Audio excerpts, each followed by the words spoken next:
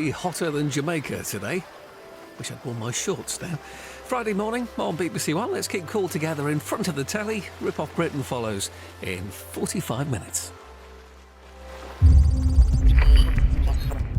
We live so much of our lives now online, it's inevitable that we have to divulge some personal information in the process.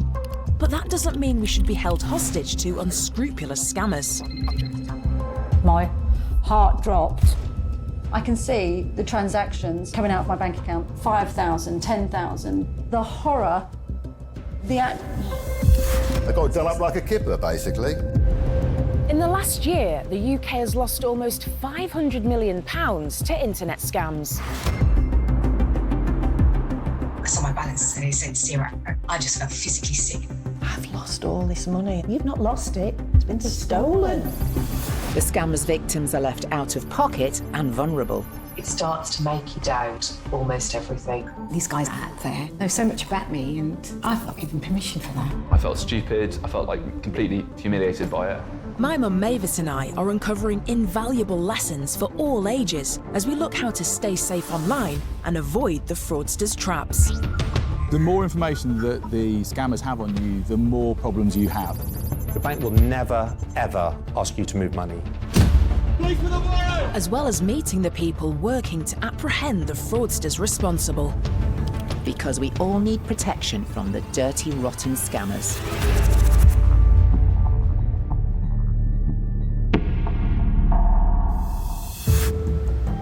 In today's show, we learn how scammers can use our social media accounts to their advantage. No, I'm just shocked, absolutely shocked. I didn't know, I had no idea. I witnessed firsthand how easy it is for a criminal to spoof a company's phone number. That is absolutely freaky. Absolutely freaky. And we meet quick-thinking Maggie, who managed to thwart a scammer masquerading as her vicar. I was screaming at the screen, come on, put me through, no!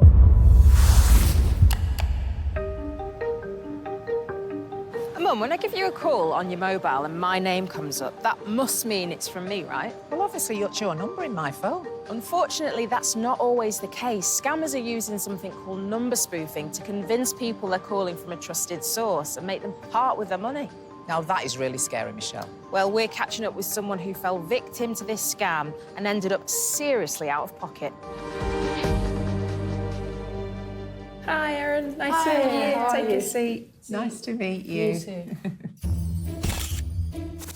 Erin from West Sussex got married in October 2020 and was about to buy her first marital home with her husband when she received a call from what she thought was her bank. They said, did you by any chance in the last few days respond to a Royal Mail text message asking you to pay for a customs fee? And I said, yes, I did. And then he said, right, I'm really sorry to say that I think you've been the victim of a phishing scam. Erin had bought some clothes online, and a couple of days after she'd made the purchase, she received an unexpected text requesting import fees. Thinking it must be for the delivery of her clothes, Erin clicked on the link to pay the fees. The text message that you got from Royal Mail, I mean, I've received text messages like that all the time. I've had them all the time. You mentioned to me that I got them too this morning. Yeah. You're ordering things online all the time. It's so easy to just click on a link, and especially when it's on your mobile phone in a text message. You just do it. Logically, to me, I thought, of course it must be, because it's coming from abroad. And I was at work and I thought nothing of it, put my details in. But the text had not been from Royal Mail at all. At the time, though, Erin didn't know this. And she'd used her bank card to pay the bogus custom fees. And because she did that, the scammers, posing as her bank, told her that her account had been compromised. They said, you have a recent charge on there to Netflix, and lo and behold, there was a recent charge to Netflix in my pending transactions. So it made me believe that my card had been used. I just started immediately panicking, thinking, I've got £50,000 in my savings account, my mortgage deposit, and they're about to take that from me. The scammers had used the details when Erin responded to the Royal Mail text to make the charge to Netflix. The hook is that they tell you you've been scammed, so you think, why would a scammer tell me I'm being scammed? And that's the genius of it. It's a double scam, man. Yeah. A double scam. And you believe it from the get-go. Yeah. And once they've hooked you in, they just keep pulling and pulling and pulling. But that was far from the end of things. They told me, we believe that they're in your bank account right now, so what we have to do is transfer your money to a safe account because they're going to be in the process of taking your money out. So it's a race against time, basically. I was obviously panicking at this point, shaking, tears, because you're just, I mean, the energy is going wild in your head. Concerned about what was happening, Erin decided to check the number that was calling to see if it really was her bank on the phone. She put the call on hold for a moment and got one of her work friends to help. And I said to my colleague, can you right now phone this number that's calling me? She phoned it back, digit for digit, exactly the same. It was literally the fraud team's number, and it's the number on the back of my debit card as well. It's exactly the same. There's no extra zeros. No, exactly the same number. So you've done everything that a really responsible person would do. I mean, I don't think even I'd escape, you know, and you know what I'm like, Michelle. Yeah. I sort of go into everything with a fine-tooth comb. Reassured, Erin began transferring her money out of her savings, whilst her colleague dug a little deeper and made a shocking discovery. And my colleague Googled the number, and the first thing she saw was a massive blog that said, this is number spoofing, you're being scammed, hang up immediately. What was going through your mind at that point when you realised I just felt that the money sick, had and gone? I was just in hysterics. How much in total did you transfer? £20,000. £20,000. Yeah, weeks before I meant to buy my first house and put my mortgage deposit down. So that money was for your new home with your husband? Yep. So that was my grandfather's inheritance, you know, and it's distressing. I mean, that just makes me feel a bit sick. Yeah, a little bit. That's so terrible. I couldn't stop thinking that that money is just, you know, gone. Erin is now filled with regret that she fell into the scammer's trap. It makes me feel terrible that I'm the one who let that happen. And you play back the scenarios in your head and you think, of course this was a scam. This seems so simple at the time. But because you're in this black hole of panic, you just don't think about, they don't give you time to think about what's happening. That's why they're so clever and very manipulative. Yeah. Erin has asked us to find out why she was targeted and how she can prevent it from happening again. So we've put our team of ethical hackers on the case. This crew use the same techniques as the scammers, but they prevent crime, not commit it. Their mission is to get to the bottom of just what happened to Erin, and crucially, why, to ensure she's never scammed again. Well, you know what? We're going to go away and see what information we can find out about this. Thank you. Fingers crossed we can give you some answers. We really hope we can. Thank you very much.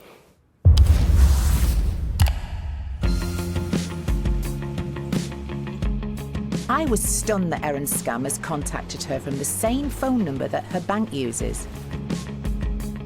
Just what technology were the scammers using to be able to do this? I'm heading to meet Dr. Chitra Balakrishna, Programme Lead on Cybersecurity at the Open University, to see if she can help explain. So a lot of our cases have been told by the scammer when they're on the phone to them that they can actually trust the number that they're calling from because they can just look at the back of the card and the number that's on the phone, they both match. How can this happen? Phone numbers could easily be duped or spoofed. It is done by scammers to deliberately hide their identity and change the name and telephone number that's relayed as a caller ID on the receiver's telephone. This may sound complex, but it's actually very easy to do. Scammers mostly use a readily available app on their phone, and most of these apps are free. Wow. I mean, when you say they're free, I mean, how can that be allowed and what's the legitimate reason, you know, they're being used? Phone number spoofing was originally used legally by telephone companies, law enforcement authorities, as well as private investigators. So the technology originally designed to catch crooks is now being used by the crooks themselves. Time for a demonstration on how these apps work.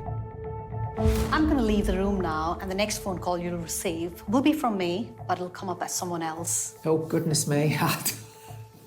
We've heard many stories about scammers posing as Sky customer services. So, as I'm a customer of theirs, Chitra has decided to pretend to be calling from them. When she rings me using the spoofing app, my phone will be tricked into thinking it is Sky calling. And right on cue, Sky is convincingly displayed. Hello? I'm calling from the Sky Customer Services. Hello? I'm calling from the Sky Customer Services. Not only has it changed the number she's calling from, but Chitra has also been able to disguise her voice. Sky? That's right. That's right. That is absolutely freaky. Absolutely freaky. That was a male voice. Sky, like many other companies, say if you've received a phone call pretending to be from Sky or any other company, you can report it to Action Fraud. Chitra returns, and I'm shocked that this technology is free and available for anyone to use. It really, really is frightening. If I got a call off any organisation after today, I would not believe it was them. So why is this technology still allowed? Well, actually, due to the increasing number of frauds caused by phone number spoofing, Ofcom has released a statement for the public that caller ID are no longer trustworthy. I didn't know that, and I think probably most people don't know that. Absolutely. We simply can't rely on caller ID anymore. And so if you're not 100% certain the person calling is who they say they are, then put the phone down and use a different phone line to call the company back using the customer service number displayed on their website.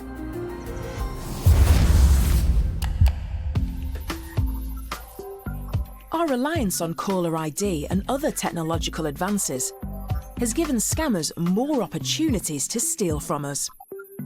And so I want to find out from Mum if she thinks we should be less reliant on it.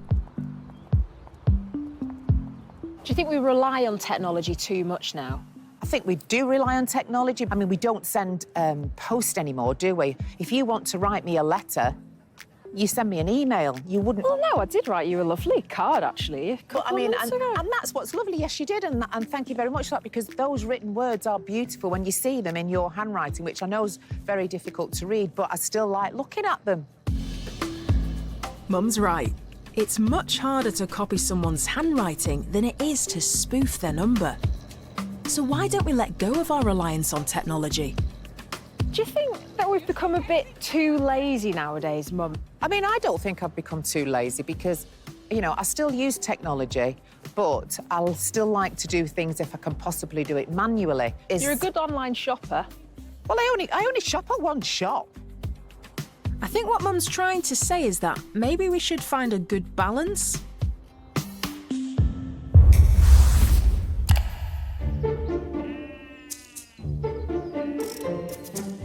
The next person to ask for our help was Jo.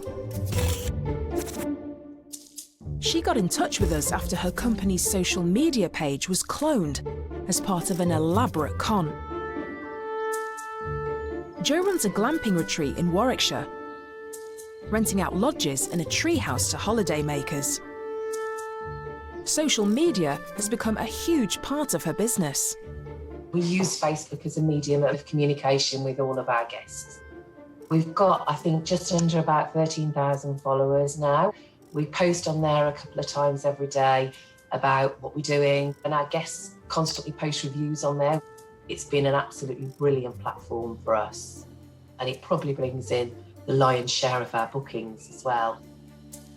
In April 2021, Jo had just opened a brand new lodge, and to boost publicity for it, she decided to run a competition on their social media page, offering up a free stay for the winner. A few days later, Jo received a strange message. My phone started pinging, and the message said, "Congratulations, you've won our competition. And I thought, this is really hard. So Jo clicked on the link in the message and she couldn't believe her eyes.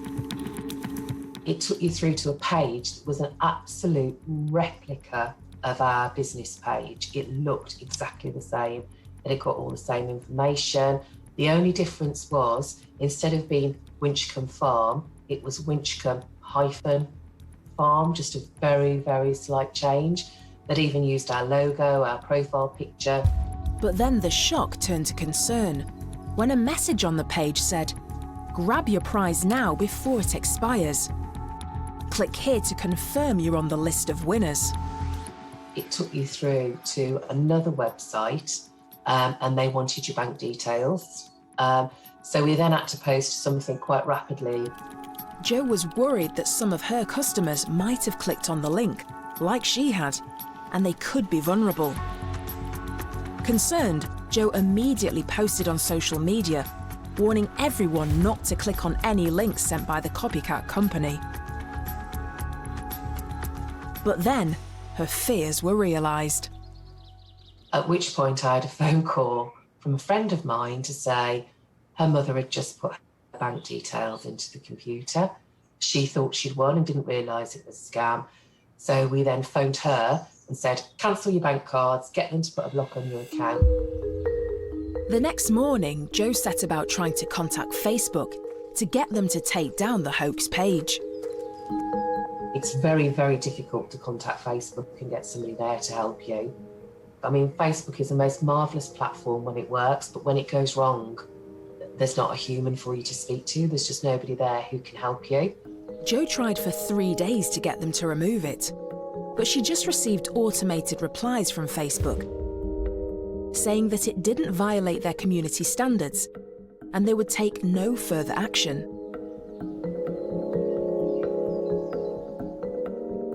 Having failed to get the page taken down, Jo contacted one of her friends, who she knew did business with Facebook, and thankfully, she was able to get the copycat page taken down before anyone lost any money.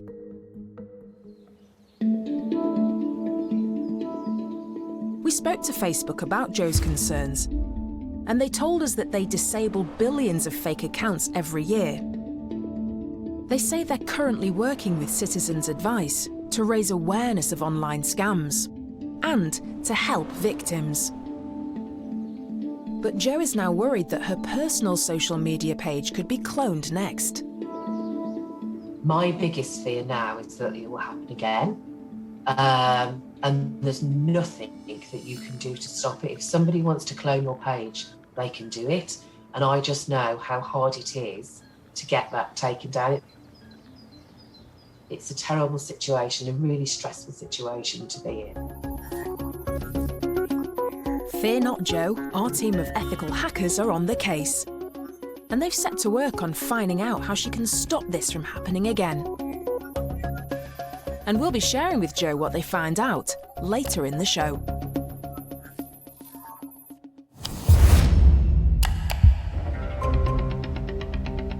Jo's scammer tried to convince her 13,000 followers to part with their bank details by sending them a message. I'm fascinated how such a simple trick conned some of her customers. So I've come to meet linguist Dr. Elizabeth Carter to learn about the language used. And we start by analysing what the scammer's initial message said. So it said, congratulations, you were chosen as the winner today. Grab your prize now by confirming the list on the official site before I declare your prize has expired. The word today roots things firmly in the present. This is something that's happening now. It's kicking off this response, this need for urgency. Grab your prize now. Now, this word grab is quite forceful, really. It's something that you need to go out and get. But then here comes the kicker.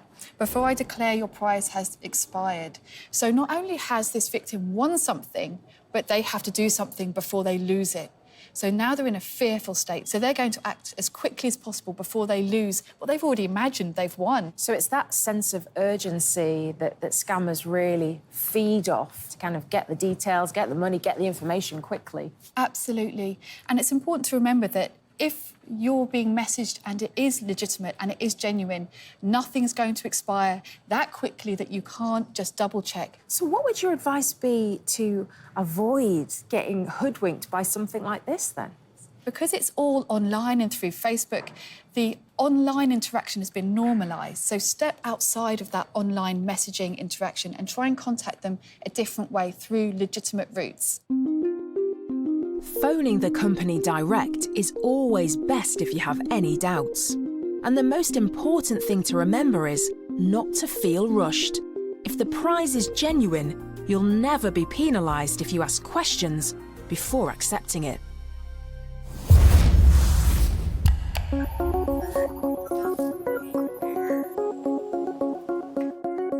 Time to catch up with one of our ethical hackers to find out what the team has uncovered so far about the scam that led to Erin losing £20,000. Ikra, nice to see you again. Just checking in on what you found out about Erin. We did find a lot of history about her online, even as far back as the school that she's went to. And having information like this can be used against Erin without her even realising. As well as passwords, some companies use security questions as an additional level of protection.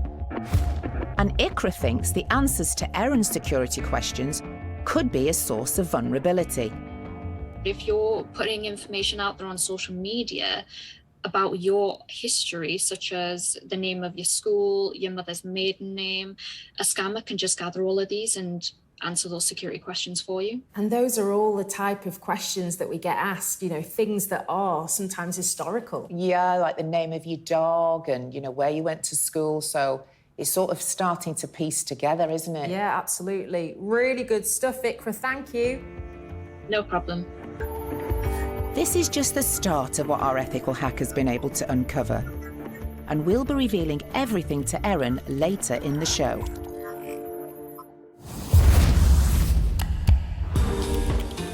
Our investigations into social media have certainly made us look at ourselves and what we post. But is Mum doing enough to keep herself safe on socials? Do you ever think when you're posting on social media who will be looking at it in terms of criminals? Because that is not something originally I was thinking about. I do have my account with just the people I want to follow me. And so I'm thinking, and I hope that is the case, that because it's private, only those people can see. And so when I'm sharing, I feel quite confident sharing. Perhaps I'm posting more than I think I'm posting. I think we're all guilty of that. But when I do post, what I have been doing recently is not putting, you know, where I am. I've noticed that. And saying as little as possible. And you're quite brutal with your follow requests, aren't I'm you? very brutal. You're like a bouncer on a nightclub door. Well, that's so You're weird. not coming in. Well, I'd have to agree then, and I will keep culling. If 100 people are following me and I get 40 likes, I'm getting rid of the other 60.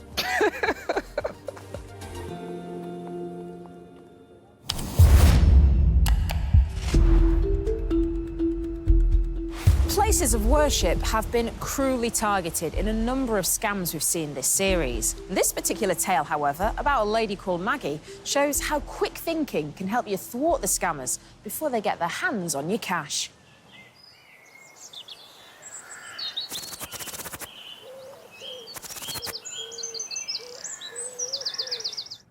And here we go. And this is where it all happens, as you can see.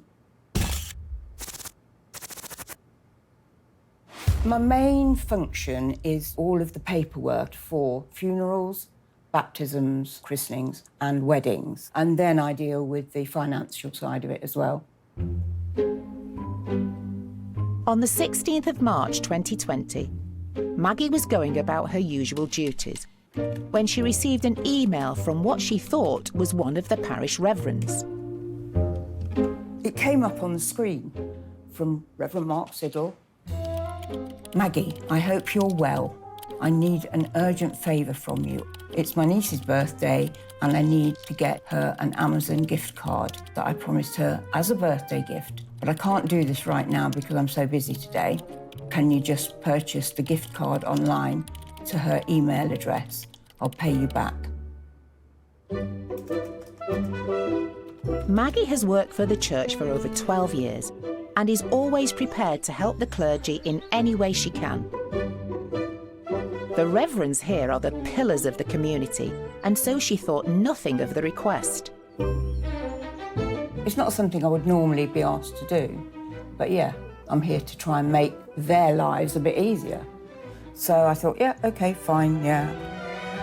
Then she was sent another email, this time with more specific details. I want you to purchase 2 cards for £100 each. The message on it will be Happy Birthday, Mary. Let me know once it's sent out to her. Thanks, I'll pay you back this evening. Maggie duly obliged and bought the cards. I just sent an email straight back and said, done, Maggie. Like that. On the other side of the village, Reverend Mark had no idea what was happening. Good morning, lovely to see you. Meanwhile, the scammer was continuing to masquerade as him, and he wanted the voucher codes. But something in Maggie's gut was telling her she should call the Reverend first. Maggie called and she said, oh, I've got the voucher. And I said, what voucher? And she said, for your niece. I said, what niece? And I went, oh no, I've been scammed. And I said, I think so. And my heart sank because it was a considerable amount of money. The saving grace was that Maggie had not sent the codes to the scammer. But she needed to cancel the vouchers quickly to make sure she wasn't stuck with something she didn't need. So Maggie went back to the Amazon website to try and get in touch. I had a difficulty getting through to them, so I was screaming at the screen, come on, put me through, put me through. And I'm going, no, no, no, don't process it. After a minor panic, Maggie eventually got through. As I did that, I got through to the bloke, so I blurted it all out, and he was very calming, very good. The man at Amazon thankfully was able to cancel the vouchers, and no more money was taken from Maggie's card. Some would say Maggie's gut feeling was divine intervention. Without it, she would have been £200 out of pocket. Who wants to be £200 out of pocket? But despite Maggie thwarting the scam, the community of churchgoers are now on their guard. It's quite interesting how they're sort of targeting vulnerable communities and also the sort of sneaky way that they do it. Even when you answer the telephone, you think it's a scam and you begin to not trust people. Trust is one of the building blocks of the community, and this breach of trust begins to make people suspicious of others. And Maggie is also concerned about that community trust. People in the community trust the vicar, they trust me because of the relationship with the church and the vicar. That trust could well go by the by, and that's not where I want to be. It reminded me of the need to be wise in your interactions online, to stop and think and to double check. It's been a huge wake-up call for everyone in the community. Today, Maggie has come to church to reflect on what has been a lucky escape. If I really looked at the email that they sent, I would have realised it wasn't your email. When Maggie first looked at the email, she thought it was from Reverend Mark. But afterwards, when she looked at the actual email address, it didn't match the Reverend's. I was cross, but I shouldn't have fallen for it, really. So I really felt an idiot. I don't want that ever to happen again to me. From now on, Maggie will always check the email address behind the name to make sure it really is the person she's being told it is.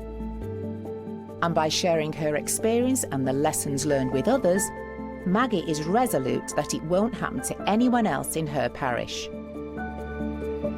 I've spent a lot of time building up trust with people, and I don't want it to go.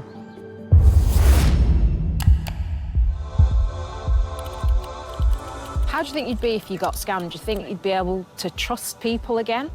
Well, to be honest, I don't trust people at the best of times, so it'd just be a double-edged sword. But I tend not to trust many people, and so it would just close my world in. I'd think, oh, gosh, now I can't trust anyone. Do you feel like almost with that, then you're expecting to be scammed any moment because you don't trust people? I've got to be honest with you, Michelle, I think we should all expect that we're going to get scammed, and that way we're going to stay smarter. Trust is something that cybercriminals love to exploit. And so when something doesn't feel quite right, always question what you're being told. Jo in Warwickshire knew there was a problem when she discovered that someone had cloned her social media page and was trying to scam her 13,000 followers. It took you through to a page that was an absolute replica of our business page, and they wanted your bank details. And it's left her paranoid. My biggest fear now is that it will happen again. It's a terrible situation, a really stressful situation to be in. Jo came to us for help, and so we put our elite team of ethical hackers on the case to find out how Jo can prevent this from happening again. They've completed their mission, and we're meeting Jo to tell her how she can better protect herself in the future. So anyone cloning your profile is typically looking to scam your friends lists. Right. So to make this a bit harder for them, you could hide your friends lists, and you can do that here. So this is a Facebook account. Yeah. If you go into your settings and you click on privacy, and then on this tab here, who can see your friends lists, there's a little tab here, and you can either have it public, specific friends, customize it, or you can click only me. The key thing about this is they wouldn't be able to carry the scam on and try to pretend to be you to your friends' lists. Yeah, fabulous. I didn't realise that. Yeah. Because in our case, they actually messaged all of our friends on Facebook, of which there were about 13,000. That is a huge amount, isn't it? Yeah, so we need to do that. We need to hide it so they can't see it. One of the things Jo was concerned about was that her personal social media pages could now be a target. So our team of ethical hackers looked into what information is out there on her. And astonishingly, not only could they find lots of personal information about Jo, but also her children. We've compiled a long list of shocking things we discovered. This gives you a clear indication of just how many people are immediately connected to you and the details that we can take. Now, for scammers, this is all information they can use to understand what types of scams you're more likely to fall victim to, always to steal your identity. So it's important to remember that criminals have just as much access to your public social media accounts as your friends and your families do. Yeah, that's quite alarming. I've just realised that I've posted a school photo of my children and they've got a crest. And of course, everybody know what school they were at, wouldn't they? Something as simple as that can tell people a lot of information. You don't think, well, I didn't think. It's like peeling away the layers of an onion, isn't it? You've got one thing and then it makes you look at something else and then something else. And it makes you realise that you've got to be so, so careful with what you share on social media. That is quite shocking. Armed with this type of information, scammers could quite easily try to pose as someone from Jo's children's school or any other organisation that they know her family is affiliated with.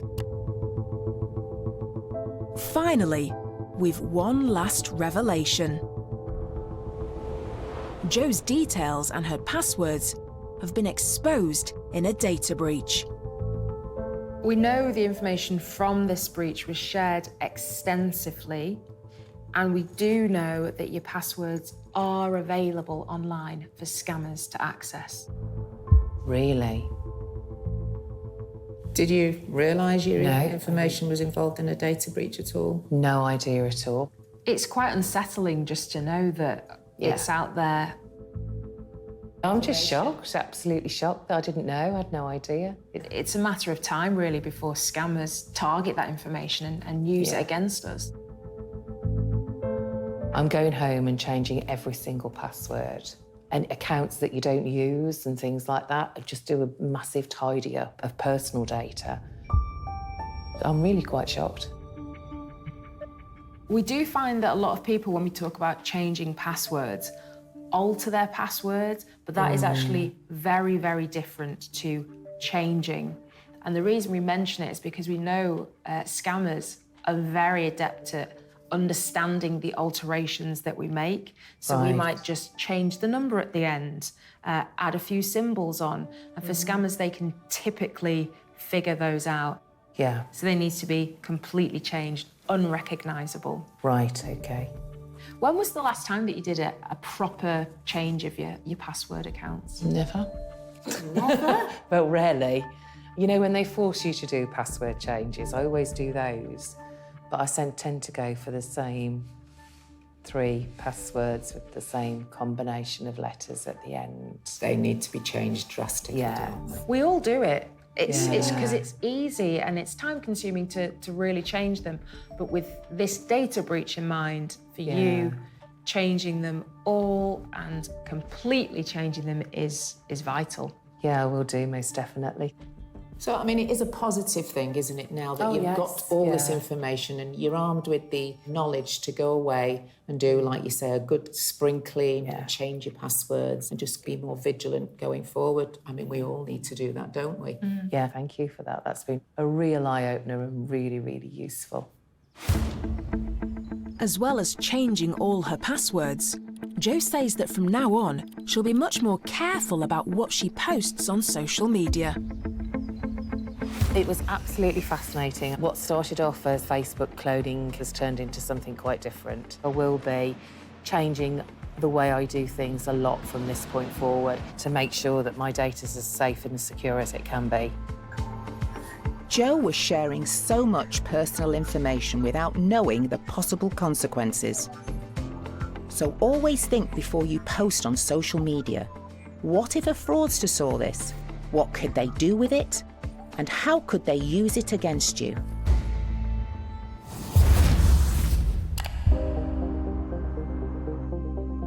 Criminals are finding cleverer and smarter ways to catch us out. And so we need to stay alert to the ever-changing techniques they use. Erin in West Sussex fell victim to a very sophisticated con that cost her £20,000 house deposit. And it makes me feel terrible that I'm the one who let that happen. We promised Erin we'd find out why she was targeted and how she can prevent it from happening again. So we tasked our team of ethical hackers to get to the bottom of what happened. And Erin has come to find out what they've uncovered. Erin, it's great to see you again. You too. But first, Erin has some good news for us. Since the last time I saw you, funnily enough, a couple of hours later, I got a phone from the bank saying that they were going to give me my money back. Wow. And I'd just walked into my husband's office when they called me, and obviously there was a lot of celebration. So I'm happy to say I've got it back. That's an absolute result. Yeah. So happy Really for you. pleased for you. After we started investigating Erin's case, her bank Lloyds decided to refund Erin the full £20,000, which is great news. But our ethical hackers have discovered that Erin is still vulnerable and could be scammed again just by using what information she's posted on social media. They were able to form a timeline of your personal history, your family members, locations, even down to the specific schools you went to and your exam results. Wow. Oh my God, I don't even remember them myself. I hope they were good ones. Yeah. Because this may seem small, but it's all jigsaw pieces that when they put them together, they build a very detailed picture of you. We all share all kinds of stuff about ourselves, what we're doing, what we're wearing, where we're going. And you just keep adding to it and adding to it. But for scammers, there's more information being added. Happy days, they're thinking. Yeah. Think a little bit more about that information that you put out there. To protect herself, Erin needs to make all her social media profiles private and only accessible to people she approves. Next, our ethical hackers found something even more shocking. Our experts think that your email address in particular has been exposed in multiple data breaches. Great. And not just that, if you turn over that white piece of card there and just have a look at Wow. it. So is this a password you've used on Yes. any of your accounts? Wow. That's scary. That freaks me out a lot. Yeah, that's like going to one of those magician shows and they go, what are you thinking? And that is just one example of the passwords they were able to find. Gosh. Which you need to change immediately, Yes. I would advise. Oh yeah, the second I'm out the door. There are others out there. God, so it's made me a bit like, just a bit oh God, that's, yeah. Did you expect that your password would, or passwords? Absolutely not. That's blindsided me completely. So, but it's hit the message home.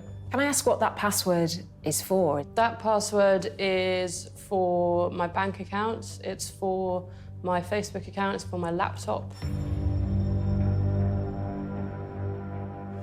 I think I'm going to be changing a lot of passwords on the way home on the train. Erin will now need to completely change all of her passwords. The advice we've been getting is make sure they're strong. Use words that are totally disassociated with any part of your life, basically, or people that you know.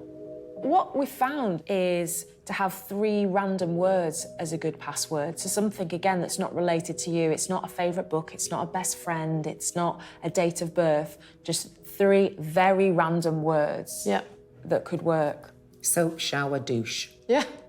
I don't know where that came from, but in all fairness, we might be laughing. 3 random words, soap, shower, douche. Soap, shower, douche. But they're all connected in some way. But it's not something that a hacker's going to think. Yeah. She's got a password. Yeah. Like that. That's just an example. Don't take it. Please don't use that one. By changing all of her passwords, Erin is reassured that she'll be more protected in the future. But it's going to take a while to get over the shock of realising how easily we discovered it. In that moment, I felt the earth kind of leave my feet. My heart went into my stomach and I thought, oh my God, and I'm just still a bit dumbfounded by that it was so easy to access what my passwords were.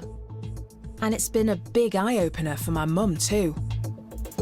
If that was me and I actually saw my password, I don't think I could carry on speaking. I'd have to go away that minute and start changing it. But apart from that, I just feel so violated.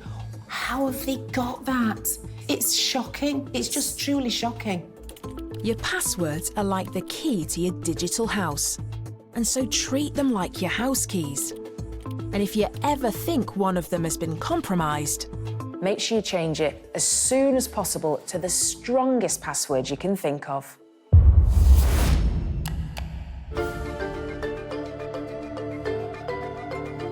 Delve deeper into the world of cybercrime and online scams with the Open University. From phishing and malware to Trojans and worms.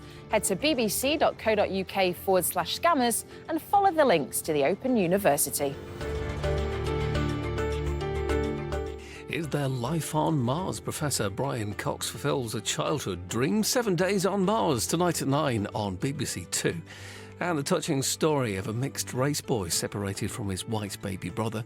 My name is Leon. Watch now on iPlayer. But next, more holiday horrors on Rip Off Britain.